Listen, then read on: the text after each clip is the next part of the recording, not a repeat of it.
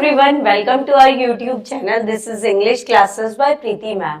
तो आज हम करने वाले हैं नॉन फाइनाइट के कुछ इंपॉर्टेंट सेंटेंसेस जो आपके कॉम्पिटिटिव एग्जाम्स में आते रहते हैं और आपकी क्लासेस के लिए भी इंपॉर्टेंट है।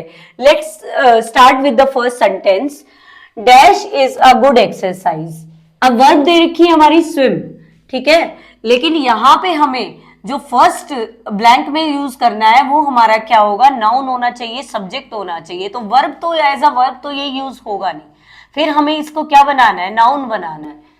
अब नाउन बनाने के लिए हम क्या करेंगे, स्विम को हम क्या किस में चेंज कर देंगे, स्विमिंग में चेंज कर देंगे, क्योंकि एज अ जेरेंड क्या करता है, जो जेरेंड होता है वो नाउन की तरह काम करता है। जेरेंड में क्या होता है, वर्ब की फर्स्ट फॉर्म आईएनजी होता है। तो स्विम को हमने क्या बना देना है, स्विमिंग बना देना है।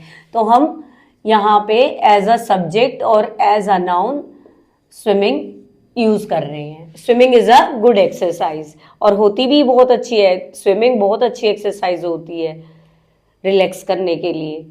नेक्स्ट हमारा सेंटेंस है, हर स्पीच वॉज डिफिकल्ट डैश। अब उसकी स्पीच क्या है, डिफिकल्ट। आगे क्या है, वर्ब दे रखी है फॉलो। मैंने बताया था जहां भी आपको डिफिकल्ट वर्ड दिखाई दे, इजी, पॉसिबल, इम्पॉसिबल, तो हम क्या यूज करेंगे, उनके साथ टू इन्फिनेटिव का यूज करेंगे। यानी टू प्लस फर्स्ट फॉर्म होता है to infinitive, to follow. Come to the next sentence. It is no use dash there now, और वर्ब है हमारा wait. It is no use, हमने पढ़ा था इट इज नो यूज। या फिर कोई आ जाए सेंटेंस में it is good, it is bad, तो हमारा क्या लगेगा सेंटेंस के अंदर, जेरेंड लगेगा। जेरेंड क्या होता है, आईएनजी फॉर्म, वर्ब के साथ आईएनजी फॉर्म होती है, उसको हम जेरेंड बोलते हैं। अब it is no use dash there, verb है हमारी वेट, तो वेट को हम क्या लिखेंगे, waiting. Come to the next sentence. He had better dash you car, और वर्ब है सेल, ठीक है। ही हैड बेटर, हमने पढ़ा था हैड बेटर हो, वुड रादर हो, वुड सूनर हो, इस तरह के वर्ड्स में क्या यूज होता है, हमेशा आपका बेयर इन्फिनेटिव यूज होता है। Bare infinitives mean, bare infinitive means V1, यानी वर्ब की फर्स्ट फॉर्म सिर्फ, ठीक है। इस तरह के सेंटेंसेस में हैड रादर आ गया आपका, हैड बेटर आ गया, वुड सूनर आ गया, तो आप first form of the verb को यूज करेंगे। फॉर एग्जाम्पल सेल, इसकी फर्स्ट फॉर्म रहेगी सेल की, sell. He had better sell you car, ठीक है। Next, come to the next point. Let's see the next sentence. He bade me dash there, और verb हमारी है गो। हमने बात की थी, अगर आपको वर्ड दिखाई दे लेट, मेक, ठीक है, लेट, मेक और बिड, ये वर्ड्स दिखाई दे तो बेयर इन्फिनेटिव यूज करना है। ये बिड की सेकेंड फॉर्म है बेड, ठीक है, जिसको मतलब विदा लेना कहते हैं, ठीक है ना, अलविदा लेना या विदा लेना, चले जाना, फेयरवेल करना, ठीक। अब he bade me dash there, he bade me go there, सिर्फ वर्ब की फर्स्ट फॉर्म जो कि क्या है, बेयर इन्फिनेटिव है। नेक्स्ट पे आओ, नेक्स्ट सेंटेंस पे। It is bad dash fault with others. अब इट इज बैड, अभी हमने बात की थी कुछ थर्ड सेंटेंस में अपनी, it is no use, it is bad, it is good, तो ऐसे सेंटेंसेस में क्या लगता है, जेरेंड लगता है, वर्ब की फर्स्ट फॉर्म आईएनजी लगता है। यानी यहाँ फाइंड वर्ब है तो हमारी वर्ब क्या हो जाएगी, जेरेंड क्या हो जाएगा, फाइंडिंग। अब it is bad finding fault with others, इस तरह से ये सेंटेंस कंप्लीट होगा। Let's see the next sentence. Rahul was accused of dash, verb हमारी है स्टील। अब हमारी प्रेपोजिशंस की बात की थी, प्रेपोजिशंस के बाद, मोस्ट ऑफ प्रेपोजिशंस के बाद आपका या प्रेपोजिशन का ऑब्जेक्ट बोल लो। Rahul was accused of dash steal. अब स्टील क्या है, चुराना, ठीक है, अब वर्ब है। अब अक्यूज्ड ऑफ, ऑफ क्या है हमारी प्रेपोजिशन, प्रेपोजिशन के बाद क्या आता है, हमारी आईएनजी फॉर्म आती है, ठीक है।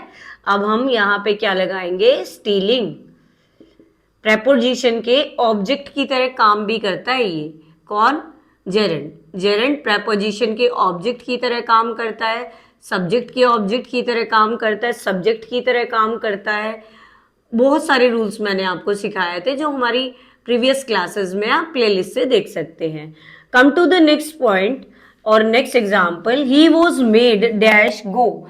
अभी हमने बात की थी लेट, मेक और आपका बिड, ये वाली जो वर्ब आ जाती है तो इन वर्ब्स के साथ मोस्ट ऑफ द टाइम क्या यूज होता है आपका, बेयर इन्फिनेटिव यूज होता है। बेयर इन्फिनेटिव होता क्या है, first form of the verb, यानी वर्ब सिर्फ फर्स्ट फॉर्म वर्ब की, तो हमारा वर्ब हो जाएगी गो। नेक्स्ट देखते हैं, he is too angry dash speak, verb है। जब हमने बात की थी कहीं भी आपको टू आ जाए, TOO मीन्स भी ऑल्सो, और एनफ आ जाए, एनफ मीन्स सफिशियंट, अगर वो दोनों वर्ड आ जाते हैं तो हम उसको कंप्लीट किससे करेंगे, टू इन्फिनेटिव से करेंगे। एक बार हमने सेंटेंस भी किया था और most of the common sentence है आपका, हमेशा आपको सुनने को मिलता है ये sentence, he is too weak to walk, कि वो इतना कमजोर है चल भी नहीं सकता, तो ऐसा ही है ये, he is too angry to speak. Next sentence देखते हैं, he dare not dash this, और वर्ब है डू। अब डेयर, डेयर क्या हमारा मॉडल है, एज अ मेन वर्ब भी यूज होता है, लेकिन modal as a modal use हुआ है हमारा यहाँ, और मॉडल के बाद क्या आता है, हमेशा बेयर इन्फिनेटिव का यूज होता है। तो अब डेयर के बाद हमारा क्या लगेगा, first form of the verb, यानी डेयर नॉट डू। अब सेंटेंस देख लेते हैं, he dare not do this, modal के बाद क्या लगेगा हमारा, बेयर इन्फिनेटिव लगेगा। अब ना नेक्स्ट सेंटेंस देखते हैं क्या है, ही एंजॉय डैश बोट। अब ही एंजॉय, कुछ वर्ड्स या वर्ब मैंने आपको बताई थी जिसके साथ हमेशा ING ही फॉर्म लगती है, जैसे एंजॉय हो गया, आपका डिटेस्ट हो गया, डिनाई हो गया, पोस्टपोन हो गया, या आपका स्टॉप हो गया। ऐसी वर्ब्स हैं जिनके साथ हमेशा ING फॉर्म लगेगी, ठीक है, जैसे इनके साथ जेरेंड लगेगा, ING फॉर्म मीन्स जेरेंड। ही एंजॉय बोटिंग, जेरेंड क्या होता है, वर्ब के साथ ING फॉर्म। नेक्स्ट देखते हैं, we ought to dash our elders, verb is obey. ought to क्या हमारा मॉडल है, मॉडल के बाद क्या लगता है हमारा, बेयर इन्फिनेटिव लगता है, तो we ought to obey. Bare infinitive क्या होता है, वर्ब की फर्स्ट फॉर्म होती है बेयर इन्फिनेटिव। नेक्स्ट सेंटेंस पे आते हैं, ही अपीयर्स डैश रिच, अपीयर्स हो गया, सीम्स हो गया, लगना, ऐसे इस तरह की कोई चीज फील करना, लगना, तो इस तरह के जो सेंटेंसेस होते हैं उनमें टू इन्फिनेटिव का यूज होता है कि ऐसा लगता है, ऐसा होता है। तो he appears to be rich, कि वो सिर्फ अपीयर करता है रिच होने के लिए, ठीक है ना, रिच होना अपीयर करता है, सिर्फ लगता है ऐसा अमीर है, तो इनके लिए हम टू इन्फिनेटिव का यूज करते हैं। आप साथ साथ अपने सेंटेंसेस को या तो नोट डाउन कर सकते हैं या फिर आंसर आप अपनी रफ नोटबुक में लिख सकते हैं। Come to the next sentence, this book is worth dash read. अब वर्थ वर्ड आ गया, ये हमारा एज एन एडजेक्टिव वर्क कर रहा है।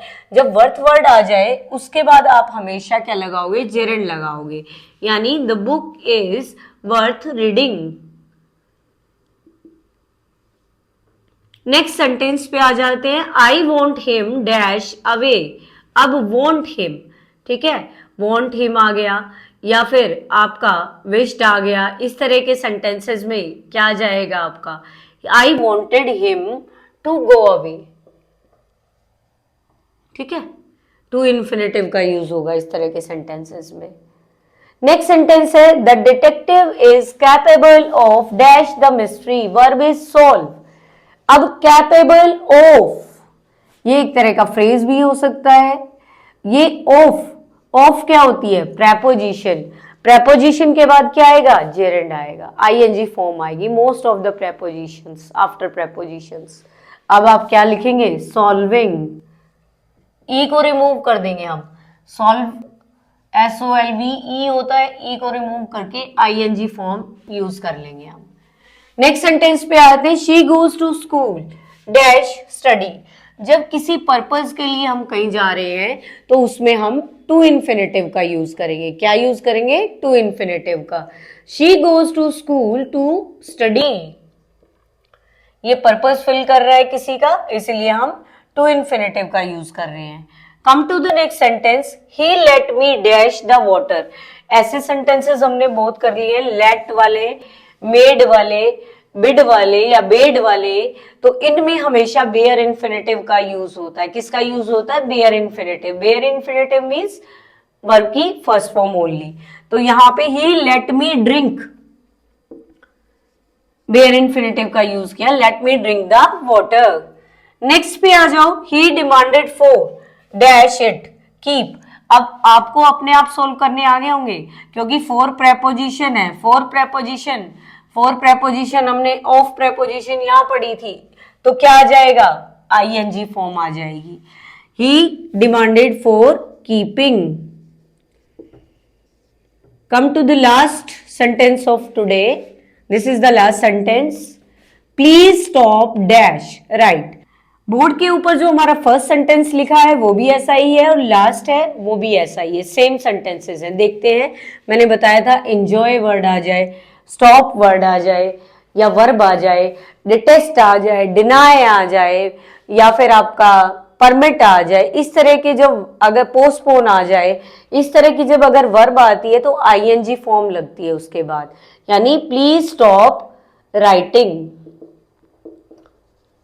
ये आज हमने 20 सेंटेंसेस किए हैं, और ये मानोगे नहीं, आपके बहुत ही काम आने वाले हैं ये 20 सेंटेंसेस, क्योंकि ऐसे ही रिलेटेड क्वेश्चंस हमारे कॉम्पिटिटिव एग्जाम्स में आते रहते हैं और हमें पता नहीं चलता। अगर हमारी पहचान बना रखी है, हमने उनको सोच रखा है कि इस वर्ब के साथ ये लगता है, तो हम उसको जल्दी कर लेते हैं, हमें ज्यादा सोचने की नीड नहीं पड़ेगी, क्योंकि कॉम्पिटिटिव एग्जाम्स में तो टाइम भी बहुत कम होता है। ठीक है, तो आप इन जो भी वीडियोस या क्लासेस हमने की हैं पहले उनको अच्छे से देखेंगे, फिर हमारे 20 सेंटेंसेस को प्रैक्टिस करेंगे, तो आपका टॉपिक बिल्कुल बहुत बढ़िया हो जाएगा, किसी भी एग्जाम के लिए बिल्कुल प्रिपेयर हो जाएगा। ठीक है, तो आगे ऐसे ही मिलते रहेंगे, और अपनी जो वीडियोस हैं या क्लासेस हैं, ग्रामर से रिलेटेड है या किसी चीज से भी रिलेटेड है, जैसे आपके और भी टॉपिक हो सकते हैं, रीडर भी हो सकती है, लिटरेचर भी हो सकती है आपकी, या फिर आप चाहो तो आपकी वोकैब भी हो सकती है, it's depends on you. You can send me message about the topic, what you have to do in the, what will you have to do in the next class। तो मिलते रहेंगे, हंसते रहें, मुस्कुराते रहें, और अपना आराम से पढ़ते रहें, ऐसे ही हमें प्यार देते रहें। मिलेंगे अपनी नेक्स्ट क्लास में, और तब तक के लिए गुड बाय, और keep watching our videos and listening our videos. Thank you.